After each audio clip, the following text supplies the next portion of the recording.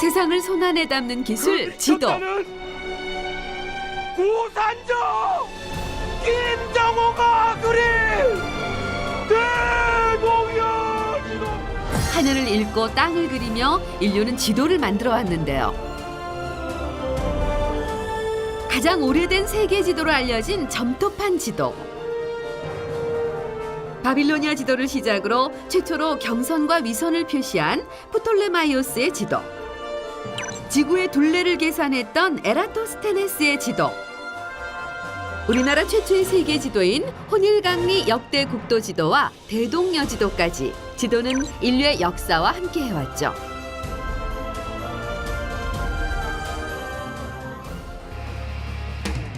시대는 바야흐로 손끝으로 세상을 읽는 스마트 맵 시대가 됐습니다.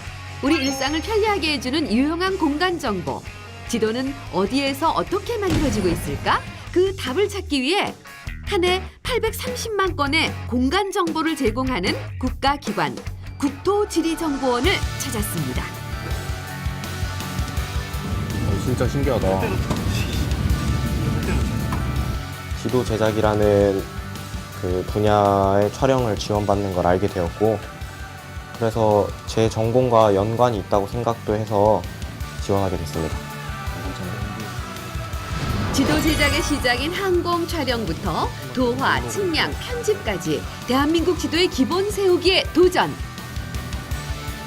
한번 다른 분야도 한번 도전해보자, 한번 체험을 해보자 해서 지원을 하게 됐습니다. 과거와 미래를 관통하는 지도에 대한 열정으로 21세기 김정호를 꿈꾸는 용사들의 4박 5일간의 여정. 대한민국 국토를 그리는 사람들을 만나러 힘차게 출발합니다.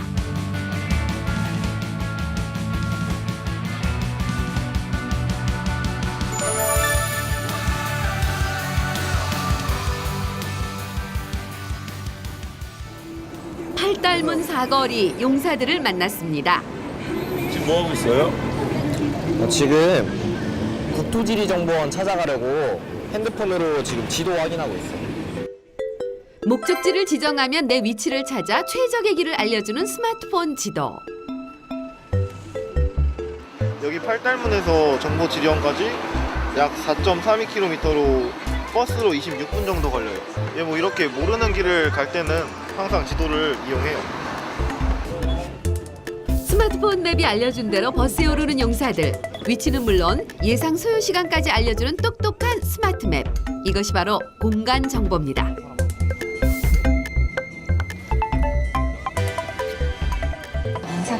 바로 국토지리정보원으로 가니까 이 노래 처음에 영어로 하셨잖아요. 내려서 한 도보로 5분 정도, 진짜 외국 사람이 5분에서 8분 정도 걸으면 바로 국토지리정보원. 발음이 괜찮았습니다. 수원 시내를 살짝 벗어나자 녹음으로 둘러싸인 대한민국 공간 정보의 허브 국토지리정보원이 모습을 드러냈습니다. 김정호 선생님께 눈도장 찍고 국토지리정보원에서 운영하는 지도박물관에 들렀습니다.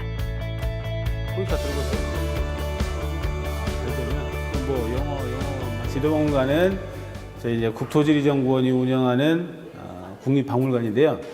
지도에 대한 뭐 역사, 그다음 활용 방법, 그리고 이제 지도의 뭐 중요성 등에 대해서 전시 이렇게 하고 있는데, 근데 우리 두 분은 평소에 지도를 보시나요? 종이 지도는 많이 접할 기회가 없고, 네. 이제 핸드폰 내비게이션 정도는. 김정호 선생님이 이 지도를 만들었단 말이죠. 왜 만들었을까요? 먹고 살기도 힘든데 지도를 왜 만들었을까요? 그 이유에 대해서 저기 이제 위에 보면 그 김정호 선생님이 이렇게 써놨어요. 뭐 여러 가지 말씀을 써놓으셨는데, 이 지도를 가지고 평상시에는 백성들을 다스리고 나라를 편안하게 다스릴 때 사용을 하고, 어떤 위기가 닥쳤을 때는 어떤 이렇게 외적들을 물리치고. 조선 후기 대동여지도를 만든 고산자 김정호 선생의 일대기를 그린 영화도 있었죠.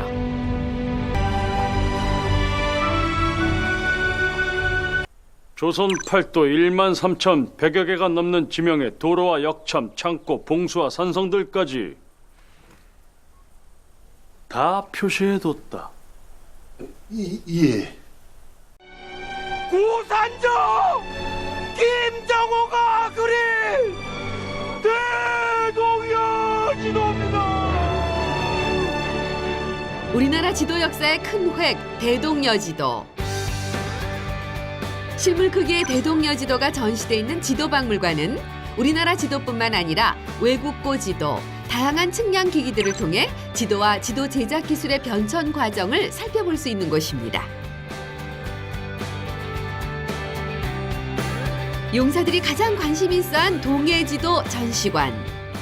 1850년대 일본이 우리나라도 침략하려고 하고 명치 유신하고 이제 중국까지 쳐들어가려고 하면서 이름을 빼서 자 시오브 코리아도 시오브 재팬으로 자기들이 막 바꾸고 송도 그 독도도 예를 들면 다케시마로 자기들이 막 바꾸고 그러니까 이름을 바꾸면서 이제 우리나라도 이제 쳐들어오고 중국도 이제 쳐들어가는데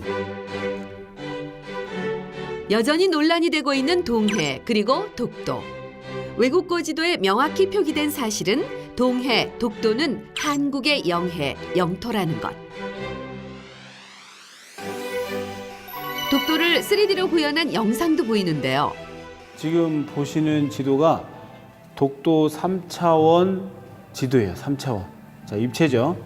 그러니까 비행기가 독도를 촬영한 항공 사진과 실제 그곳에 가서 측량한 좌표들 점이 있죠. 그 점들 이제 결합해서 높이 정보.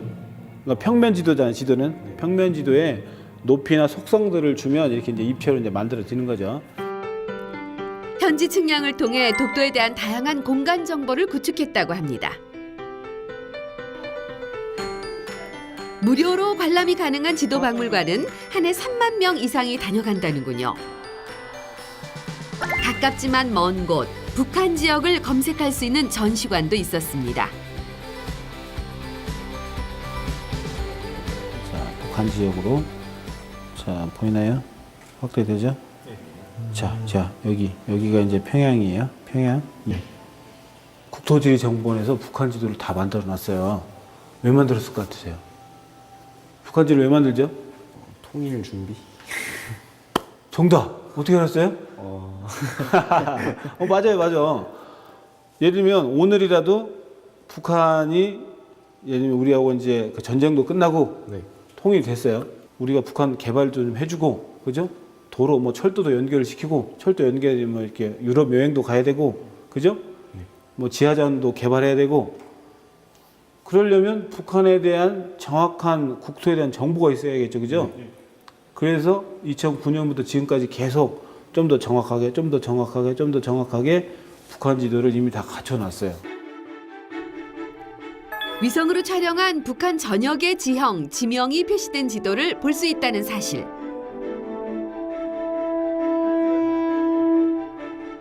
박물관 견학을 마치고 국토지리정보원 업무 체험 신고를 위해 원장실로 향했습니다. 차렷 경례 백골. 안녕하세요. 국토지리정보원의 원장 유기윤입니다. 원장님 반갑습니다.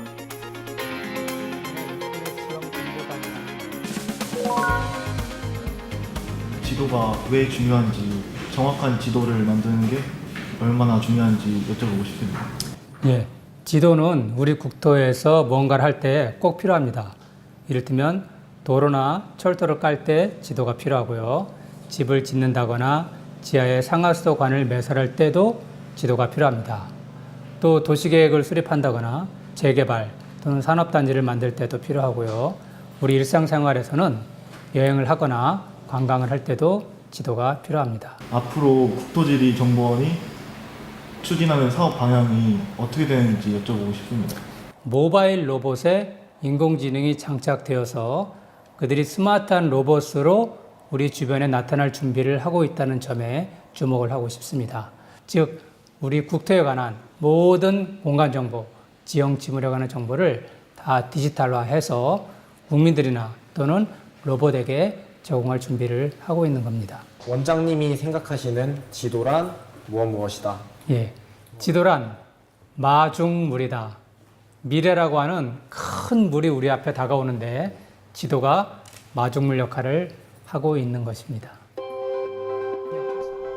4차 혁명의 시대, 드라마틱한 변화의 중심에 있는 국토지리정보원의 119명의 직원들은 다양한 국토지리 정보를 생산, 관리, 보급하고 있습니다. 채용은 대체로 측량 및 지형 공간 정보 관련 전공자들을 우대. 자세한 내용은 홈페이지를 참고하세요. 지도 제작의 첫걸음을 체험해보기로 한 날, 용사들을 공항에서 만났습니다. 경비행기들이 보관돼 있는 경락고에 용무가 있다는군요. 용사들을 기다리고 있는 경비행기 한 대. 항공사진 촬영 업체인 시옷 항업에서 보유하고 있는 세스나 208 항공기. 경비행기를 타고 지도 제작의 시작이라고 할 수 있는 항공 촬영을 할 수 있는 기회를 잡았습니다.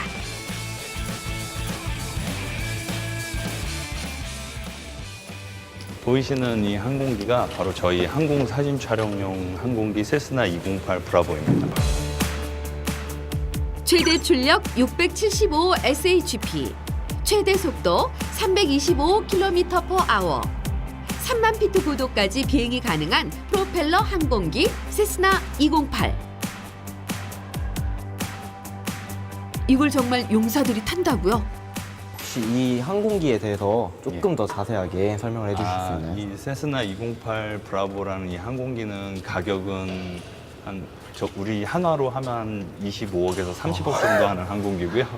꽤 비싸죠. 그리고 11인승 항공기인데 이건 저희 항공사진 촬영용으로 개조를 해서 현재는 지금 4명에서 5명만 탑승이 가능하고요.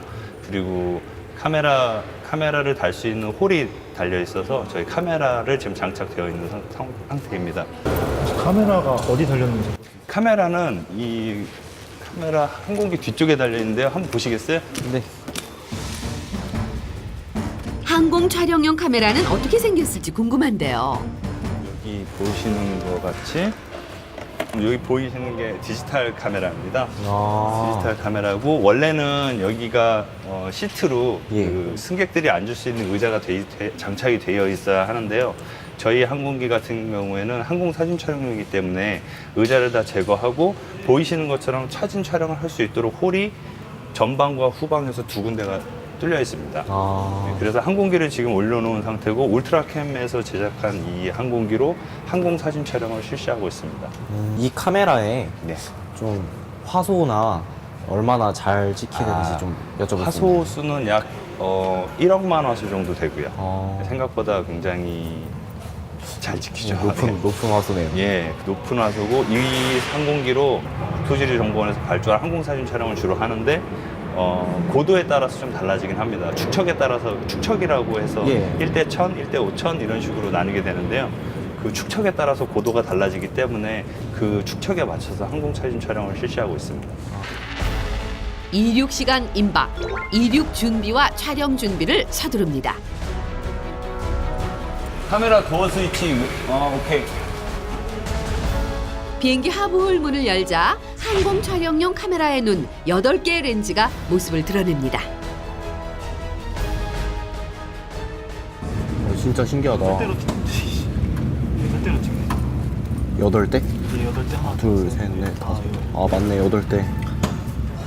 일반 항공기를 이렇게 운용하는 거랑 항공사진 촬영용 항공기를 운영하는 게 차이점이 좀 있나요? 여객기 같은 경우에는 대부분 계기 비행을 주로 하는데요. 계기 비행이라고 해서 계기에 의존을 해서 비행하는 걸 계기 비행 방식, 즉 IFR이라고 하는 비행 방식을 하고 있는데요. 저희 항공 사진 촬영 업체 같은 경우에는 계기 비행보다는 시계 비행을 주로 합니다. VFR이라고 하는 시계 비행을 주로 하게 되고요. 시계 비행을 하면서 주로 제재되는 사항은 구름을 일단 피해서 비행을 해야 되고요. 구름을 일단 피해서 비행을 해야 하고. 지도 제작의 시작은 항공사진 촬영입니다. 원하는 지역의 항공사진을 촬영, 측량한 후 지도를 그리는 도화 과정을 거쳐 현지 조사 정보를 추가 편집하면 지도가 완성되죠. 자동차의 도움을 받아 경락고를 빠져나가는 세스나 208기. 지금 이제 비행을 올라갈 건데 네. 지금 이거는 원래 11인승이긴 한데 장비 지금 실린 무게랑 그런 것 때문에 두 분 중에 한 분만 탑승을 하셔야 돼요. 아, 어떤 분이 가실 건지. 그럼 제가 탈게요. 아, 오늘 복 받으셨네요. 일단 탑승해서 네. 촬영 비행을 한번 가보죠. 아, 네, 알겠습니다. 오늘 비행의 영광은 선임 전민우 병장에게 돌아갔군요. 저 앞에 저 보조석에 그 자리에 앉으시고 왼쪽에 앉아. 네 왼쪽 자리에 앉으시면 돼요. 패신저 브리핑 컴플릿. 패신저 브리핑 컴플릿. 인버터 스위치. 그리드 힛. 비행기를 처음 타보라는 거라서 많이 떨리기도 하고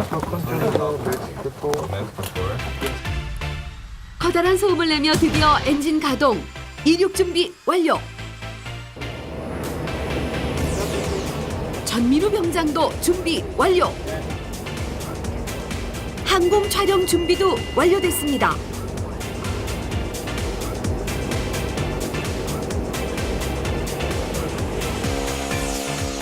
관제탑과 교신하며 활주로로 진입하는 세스나 208기.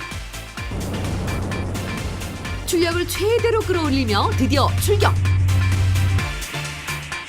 모두 무사비행하고 오세요.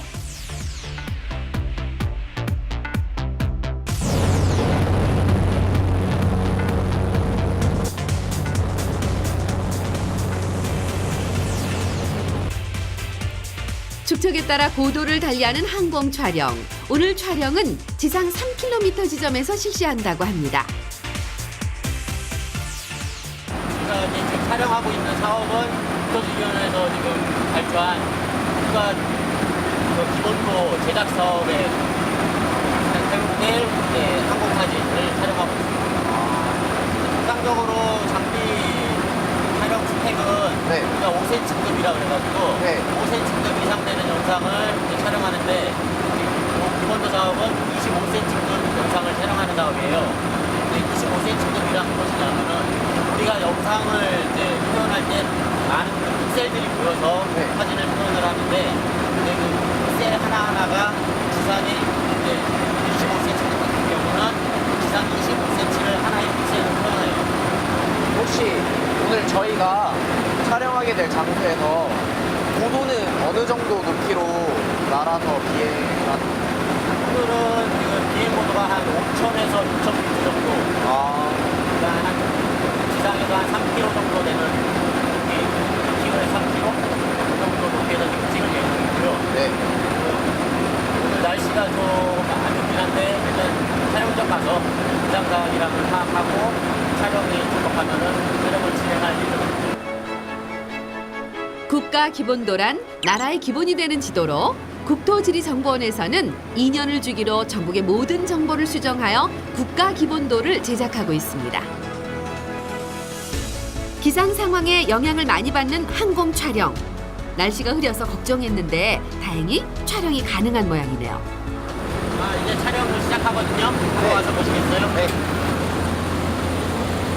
지금 이제 우리가 촬영장에 거의 다 와가서 촬영을 시작할 건데 이제 기본적으로 우리 촬영 장비가 촬영되는 거를 설명을 드리면은 지금 이렇게 보시면은 사진 한 장이 9개로 이제 구분이 돼 있잖아요. 이제 9개의 이제 센서가 날아서 이제 촬영 지역을 9개로 촬영을 하고 이제 그 촬영된 영상에다가 RGB 3가지 색상을 입혀서 하나의 칼라 사진을 만드는 거예요. 여러 장의 사진을 매칭시켜 한 장의 큰 사진을 만드는 방식. 위치 정보도 함께 저장됩니다. 왜곡 촬영 방지를 위해 수평 장치도 필요한데요. 이 장비가 균형을 계속 맞춰준단 말씀이시죠? 우리는 정확하게 위에서 빛을 사진을 찍어야 되는데 그러려면 비행기한테 움직일 때 장비를 계속 빛을 정확하게 조정을 해야 되니까 그거를 마우스 장비가 자세를 잡아줍니다.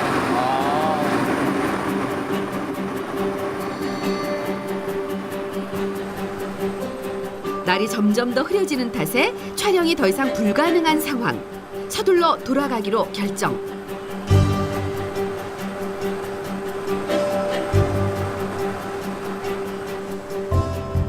세스나 208기 공항으로 무사히 복귀했습니다.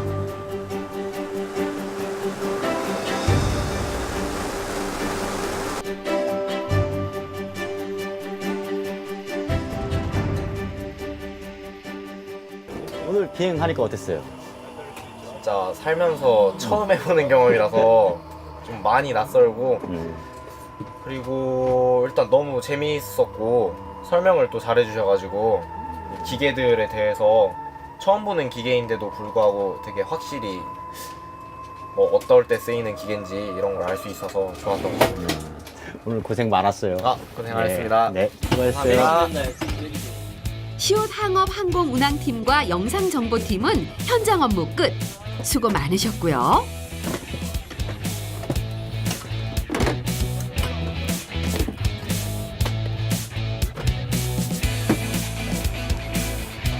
촬영한 영상을 토대로 본격적인 지도 제작을 위해 사무실로 이동합니다.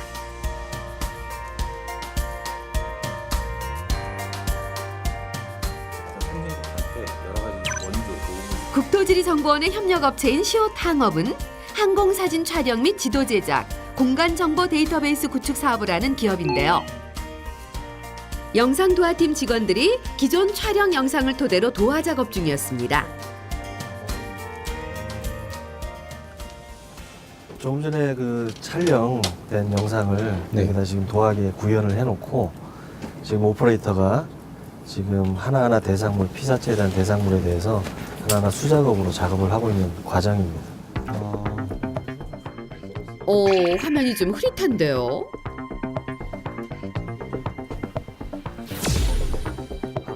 이때 필요한 것이 바로 3D 안경. 보시면은 영상이 입체시로 보일 겁니다. 그 어릴 때 하던 그 매직아이처럼. 네. 다른 각도로 찍은 두 개의 영상을 겹친 후 도화 작업을 통해 입체 영상으로 만드는 거죠. 그럼 사진을 겹쳐서 보신다는 말씀이시죠? 그렇죠. 네. 왼쪽 사진, 오른쪽 사진, 영상면에 똑같은 게 찍힌 대상물 있지 않습니까? 네. 그거를 이렇게 상호 표정을 통해 가지고 매직아이처럼 입체시로.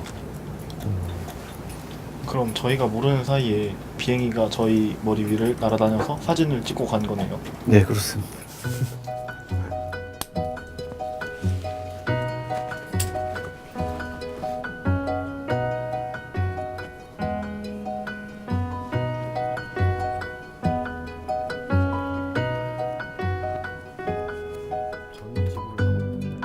이정우 상병이 도화 작업에 도전해 보기로 합니다.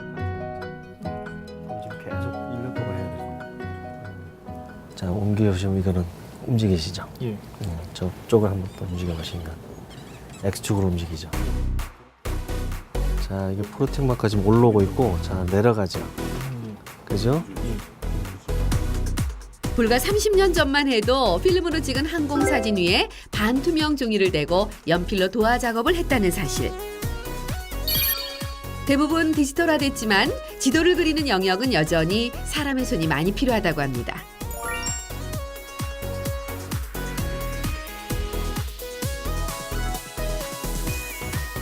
도화를 마친 후 항공 사진을 걷어내면 이런 모습이 되는 거죠.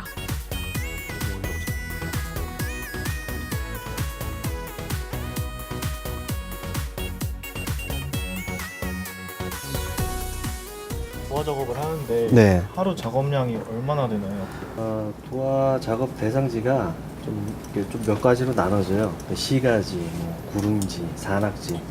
그거마다 다른데 지금 모델 걸려 있는 거는 시가지인데 얘는 하루 표준 한 0.2평방, 곧 한 200바이 200바이 정도, 그 정도 작업을 좀 진행을 합니다. 그렇게. 영상 도화팀이 양손 도화 작업을 마치면 지형 정보팀에서 바통을 이어받습니다. 일단 저희 파트는 편집 파트이므로 모든 성과를 취합해가지고 속성 전문을 입력하는 파트입니다. 현재 지금 입력하는 거는 정위치 작업이라고 하는데 현지 조사 갔다 온 도면 가지고 실제적인 정확성 있게 그 위치에 입력을 하는 작업을 하고 있는 겁니다. 작업도 도화 작업처럼 네. 다 일일이 수작업으로 해야 하는 작업인가요? 네, 그렇습니다. 국토지리정보원에서 정한 기호, 코드를 입력하는 작업인데요. 가로수, 차단기, 광고판, 지도 한 장에 참 많은 공간 정보가 들어가죠. 지도 제작 기술이 디지털화되기는 했지만 아직 사람의 손이 많이 필요하다고 합니다. 뭐 여기에 대한 텍스트, 그 다음에 매뉴얼의 현재 매뉴얼이나 가스관, 전봇대, 그 다음에 모든 시설물, 지형 지물에 대한 정보가 이제 최종 출력물로 나옵니다. 항공사진 자료를 가져와서 지도를 만드는 과정을 쭉 보니까 굉장히 컴퓨터를 잘 다뤄야 한다는 생각을 했었고, 그래서 이제 제 전공과 연관이 있다고도 생각을 했었고, 훨씬 제가 생각하는 것보다 더 전문적인 분야였구나라는 걸 생각할 수 있었습니다. 제가 지도 제작에서 제일 기억에 남았던 것은 도화 작업을 하는 것인데, 저는 지도 제작이라 함은 그냥 위에서 사진을 찍고 그냥 컴퓨터에 넣으면 그냥 지도가 출력이 되는 줄 알았는데, 그 출력한 사진을 바탕으로 일일이 사람이 수작업으로 건물 하나하나를 그리는 게 제일 감명이 깊었어요. 지도 제작의 기본 항공사진. 저마다의 이유로 항공사진을 찾는 사람들이 많다고 하는데요.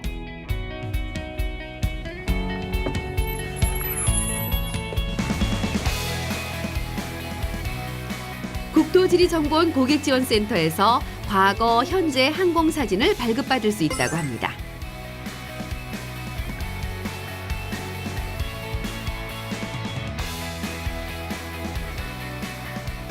용사들이 직접 원하는 연도, 장소의 항공사진을 신청해 봤는데요. 지금 신청해 주신 용인시 수지구 신봉동이라는 지역이세요. 여기서 어디를 구체적으로 보시는지 말씀해 주시겠어요? 다녔던 고등학교 한 번만 확인 가능한가요? 네, 거기 맞는 것 같아요. 이쪽이세요? 네, 거기 바로 밑에가 저희 아파트인 것 같아요. 이쪽이요? 네.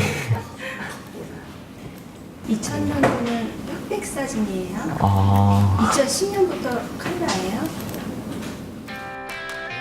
어렸을 때 살던 마을이 현재 어떻게 달라졌는지 비교해 보려는 거군요. 2000년도면 몇 살이지? 4살? 항공사진 외에 구지영도, 복사본도 발급받을 수 있다고 합니다. 혹시 이런 서비스는 주로 어떤 분들이 이용하시는지 여쭤보고 싶습니다. 각종 뭐 소송이나 재개발 보상 아니면 학술적 연구 등의 사용 목적으로 발급을 받아가십니다. 출력 두 장 확인해 보시겠어요? 네, 감사합니다. 항공사진 발급은 국토정보 플랫폼에서 무료 온라인 발급이 가능하다고 합니다.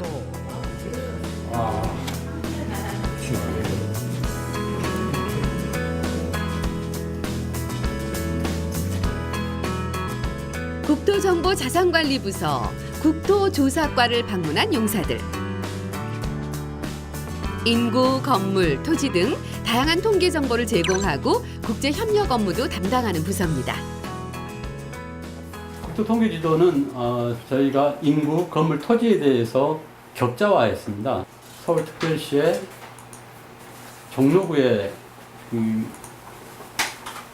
행정구역 격자화해서 이런 음영에 따라서 지금 이쪽 부분이 784명에서 1179명이 산다는 거죠, 이 격자에. 인구, 경제, 사회, 문화 이 다양한 통계들이 공간 정보였군요. 국토조사과에서 수집한 정보들은 국토지리정보원의 웹 서비스 국토정보 플랫폼을 통해 다운로드 받을 수 있습니다. 우리나라에 지명이 몇 개나 있는지 혹시 아세요? 지명 개수는 잘 모르겠습니다. 저희가 관리하고 있는 그 자연지명 같은 경우에는 자연지명이라는 것은 자연적으로 형성된 마을이라든지 들이라든지 고개, 산, 강 이런 자연물에 대한 걸 자연지명이라고 하는데 이게 한 30만 개 정도가 됩니다. 그 중에 저희가 10만 개를 고시를 했습니다. 보면 이제 뭐 산 이름은 유명한 산 이름이라든지 강 이름, 들, 고개 이름들은 다 이제 고시가 됐고, 조그만 동네에 이제 보면은 우리 앞에 있는 앞산 이름, 앞에 조그만 겨울 이름 이런 것들이 다 있는데 이런 것까지는 다 고시가 되지는 않았습니다. 그런 까지 포함하면은 지도에 표기되고 있는 지명이 한 30만 개가 되고, 이처럼 지명에는 과거의 우리의 문화나 생활 이런 것들이 다 녹아 있는 겁니다. 국토조사과에서 우리나라 지명 중 12지 관련 지명이 얼마나 되는지 조사해봤다는데요. 용 관련 지명이 1위, 말, 호랑이 순이었다고 합니다. 그래서 지명을 연구하면 그 시대 생활상이 어땠고 그 시대의 문화가 어떻고 경제적 여건이 어떤지 그런 것들을 알 수가 있습니다. 이름 하나에도 그런 의미들이 붙어서 남아있기 때문입니다.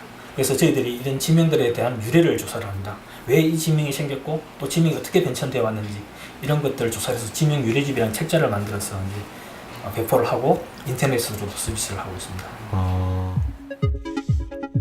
지명의 역사와 변화를 담은 지명 유래집. 저도 보고 싶은데요. 지도 제작에서 측량이 빠질 수 없죠. 측량 체험을 해봅니다. 국토지리정보원에서는 측량의 정확도를 높이고 효율성을 제고하기 위해서 다양한 국가기준점을 설치 운영하고 있습니다. 그중에 이 측량 원점은 측량의 출발점이 되는 것으로서 이 원점을 기준으로 통합기준점, 위성기준점, 삼각점, 수준점의 위치를 재고 있습니다. 정확한 공간 정보를 위해서는 기준이 필요한데요. 대한민국 경위도 원점, 수준 원점, 삼각점, 수준점 등 여러 기준점에서 일일이 위치를 구하던 것에서 이제는 GPS 하나로 정확한 위치 측량이 가능해졌습니다. 과거에는 각각 거리를 이용해서 그 점의 위치를 재었었는데 현재는 과학기술의 발달로 우주측지 기술, 다양한 VLBI, GPS 이러한 우주측지 기술을 이용하여서 현재 이 위치를 정확한 위치를 나타내고 있습니다. 현재의 위치와 원하는 지점 간의 거리, 각도 측량 결과를 스마트폰으로 바로 확인할 수 있군요. 37도. 측량 기술은 앞으로 더 발전할 전망입니다. 카리스마를 내뿜는 이 대형 드론의 정체는 항공 촬영용 멀티콥터.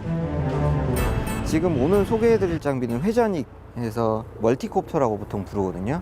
드론으로 촬영하는 기법이 언제부터 도입됐는지 여쭤볼 수 있을까요? 공식적으로 지금 이게 제도화가 된 거는 올해 3월이에요. 이게 원래는 일반 측량에만 사용을 하다가 이제 공식적으로 국가가 검증해주는 측량에 사용되기 시작한 거는 올해 3월부터입니다. 드론의 활용도가 어떤지 여쭤봐도 될까요?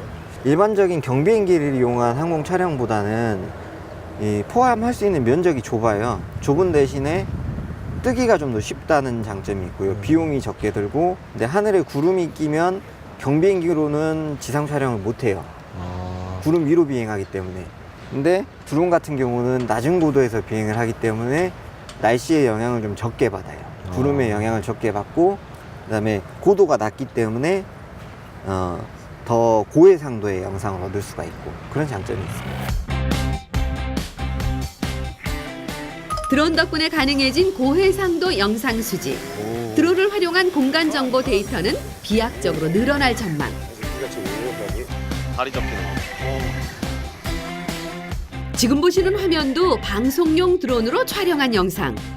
드론으로 드론을 찍다니 몇 년 전만 해도 상상할 수 없던 일이었죠. 지도를 제작하는 거에 드론을 사용할 줄은 몰랐는데 이렇게 높이 나는 거 보니까 정말 지도 촬영을 하는데도 효율적인 기계구나 생각이 들어요. 되게 여러 가지 방식으로 지도를 만드는 것 같아요. 드론을 이용한 공식 측량이 가능해지면서 3차원 공간 정보 시스템 구축을 위한 움직임은 더욱 활발해질 전망입니다.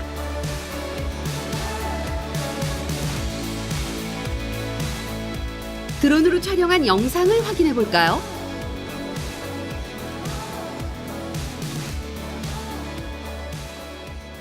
이 사진이 지금 드론으로 촬영된 사진입니다. 드론으로 이렇게 촬영된 낮장 사진들이 이렇게 쭉 밑에 있죠. 이게 보면은 태그가 다 붙어 있어요. 어느 위치에서 찍었다, 이게 드론의 GPS 정보랑 연동이 돼서 사진의 그 위치들이 다 잡히는 거예요. 사진의 위치들이 다 잡히면 이제 그 사진들을 쭉 일단 배열을 해 놓은 상태에서 아까 그 특이점을 추출해서 그 특이점을 기준으로 연결하는 거예요, 사진들을. 이제 포털 같은 경우는 범위가 넓기 때문에 경비행기로 찍은 거를 활용을 하고 있고, 이게 범위가 좁은 지역에 대해서는 이렇게 드론으로 찍은 영상을 이렇게 위에서 본 것처럼 저희는 이제 영상 지도라고 표현을 하고 있어요. 드론을 활용한 공간 정보 구축의 움직임은 각 시도별로도 활발히 진행 중입니다.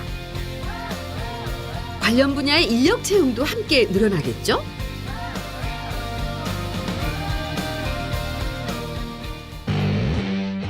한강을 따라 늘어선 마천루, 곧게 뻗은 도로. 오늘은 서울 여의도 일대에서 작업을 한다는군요. 시원하게 여의도 일대를 달리는 이 자동차.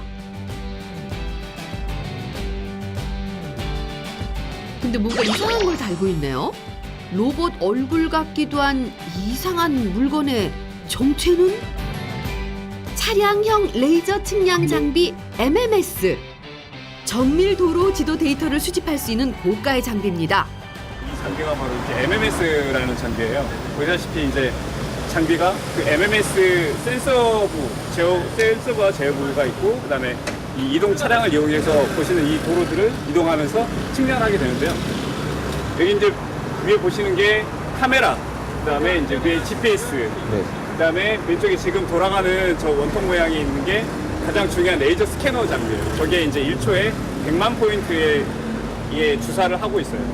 눈에 보이진 않지만 저 주사가 차량을 이동하면서 도로에 있는 그 차선이라든가 옆에 보이는 이런 연소, 그리고 어떤 시설물들을 이렇게 스캔하게 되어 있습니다.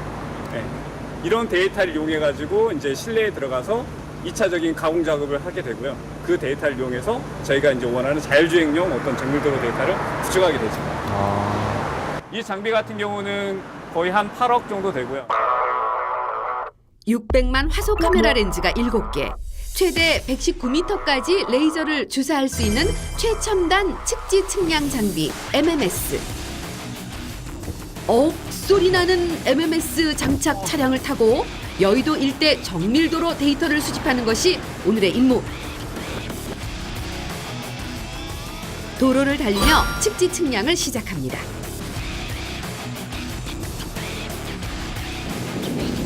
차를 타고 그냥 달려요. 달리면 데이터가 저장돼요.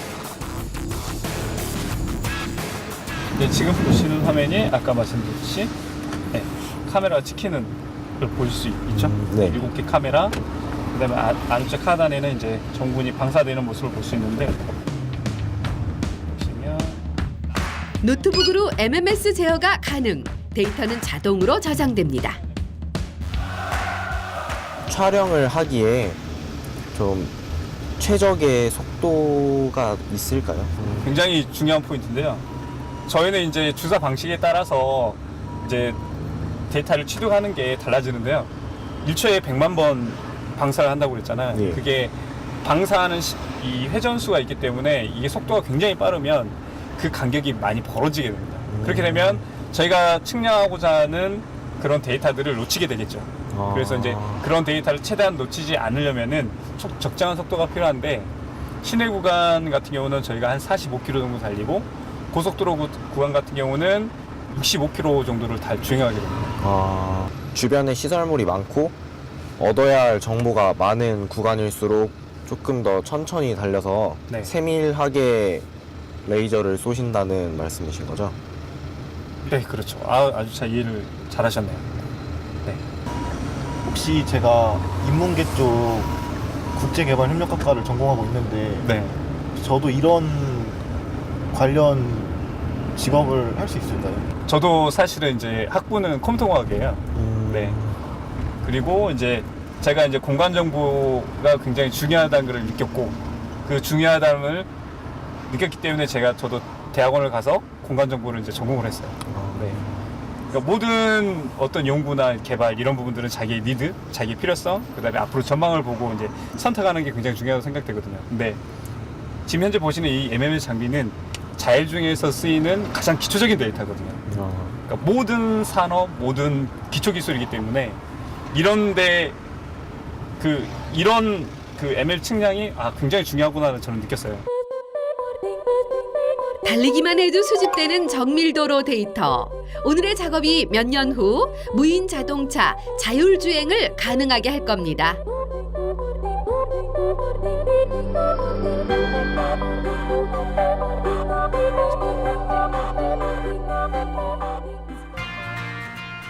데이터 수집을 마치고 사무실로 이동, 도화 작업을 진행합니다. 오호, 차선 횡단보도는 물론 가로수, 연석까지 꽤나 정밀한데요. 보시면 결과 데이터에 보면 이렇게 색깔을 저희가 입혀놨는데요. 여기 이제 저희가 벡터 화면을 조금 확대해 주시겠어요? 레이저로 촬영한 화면과 6대의 카메라로 촬영한 화면입니다. 이렇게 취득된 데이터는 저희가 이게 차선과 연석, 그다음에 건물, 교통시설물, 신호등, 중앙선 이런 부분들을 다 저희가 이제 도화라는 과정을 거쳐서 그 선형, 폴리곤, 포인트, 폴리라인들을 이제 객체를 추출하게 되거든요. 네. 그래서 현재와 같은 이제 이런 화면을 볼 수 있고요. 현재 보시는 이런 소프트웨어는 그 2D 환경에서는 작업을 할 수가 없습니다. 3차원으로 되어 있는 데이터이기 때문에 3차원 도화 프로그램을 이용해서 작업이 가능하고요. 이런 지도는 어느 분야에서 주로 사용이 되나요? 네. 지금 이제 보시는 화면은 저희가 도로를 위주로 측량을 하고 결과 데이터를 저희가 이제 벡터 데이터라고 하는데, 이 데이터는 지금 최근에 이제 자율주행 그 차에 이용을 하고 있습니다. 1년 뭐 2, 3년 전만 해도 이 정밀도로 지도 데이터는 그렇게 각광을 받지 못했는데요. 최근에는 이제 자율협력주행이라고 그래가지고, 과거에는 센서 기반의 자율주행이었지만 현재는 이 정밀 지도를 베이스로 해서 같이 접목을 해서 이제 운행을 하게 되고요. 잠깐 회전 부탁드립니다. 네. 보시는 바와 같이 건물의 옆면, 그다음에 바닥면들이 다 3차원 공간 정보 데이터로 구축이 되어 있습니다.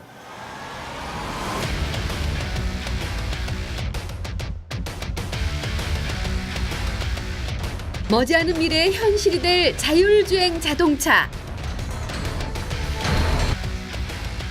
자율주행 자동차의 기반이 되는 핵심 기술이 바로 정밀도로 지도인데요. 시대와 세상을 바꾸고 있는 공간 정보, 그 가능성은 무한합니다. 이 지도 산업에 대한 앞으로의 전망이 어떻게 되나요?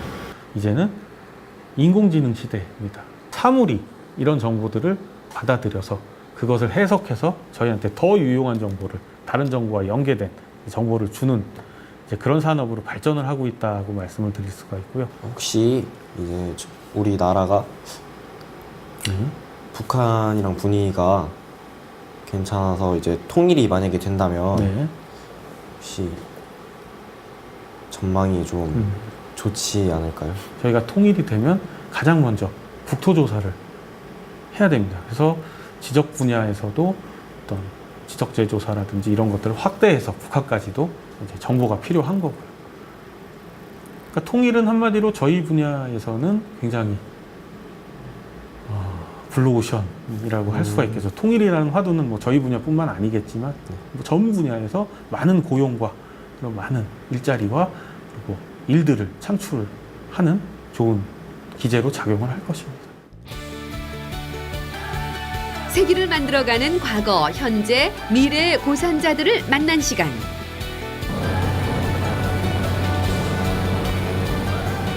세상을 바꾸는 공간 정보, 대한민국 공간 정보의 큰 그림을 그려나가는 사람들과 함께한 4박 5일간의 여정.